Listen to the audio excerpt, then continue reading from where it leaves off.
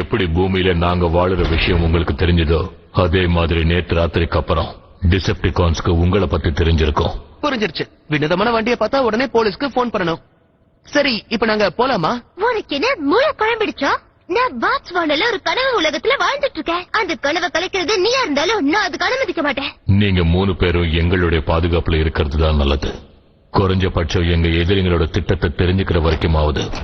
Optimus, இந்த மனித குழந்தைகள் பூமியில இங்க இருந்தாலும் சரி இல்ல வேற எங்க இருந்தாலும் சரி ஆபத்து நிச்சயம். குழந்தைகளா?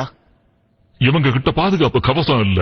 இவங்க ஒருவேளை அவங்க கிட்ட மாட்டிக்கிட்டா அதுக்கப்புறம் சொல்றது புரியுதா?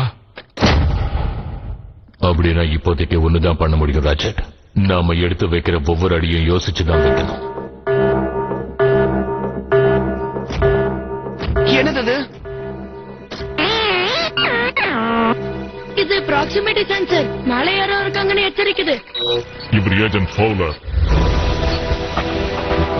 எங்களை தவிர வேற மனிதர்களுக்கு உங்களை பத்தி தெரியாதுன்னு சொன்னீங்க. Special agent Fowler. வெளி உலகத்துக்கும் இந்த கிரகத்துக்கும் இவர் தான் இணைப்பா இருந்துட்டு இருக்காரு. முக்கியமான பிரச்சனைகள் ஏதாவது இருக்கும் போதுதான் அவர் இங்க வருவாரு. இந்த